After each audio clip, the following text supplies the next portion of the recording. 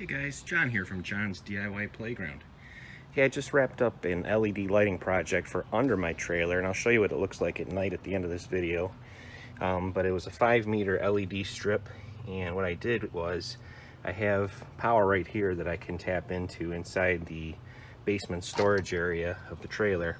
And I drilled a small hole here, and I fed the LED strip through there. I had to actually solder on a little extra cord, so I had enough for this 5 meter. This is about a 30-foot long trailer, and you can see here's the controller and everything, and that can stay inside where it's out of the wetness. And when it comes down through the floor, the way this is I have the hole here, and then it passes through this metal bracket that already had these little corner cutouts.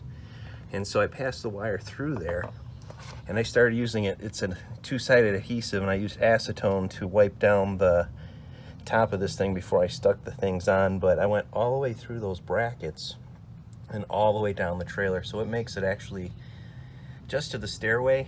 It doesn't make it all the way to the back, but it's pretty good, and it looks really sharp at night. So let me show you how it looks. Here's how it all looks at night.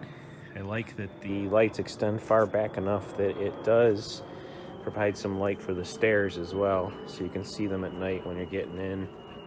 It does light up inside the wheel wells, which is pretty cool.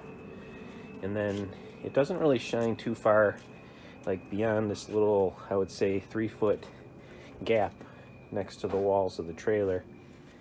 And it doesn't really shine next door either, so if you had neighbors, you wouldn't really be bothering them.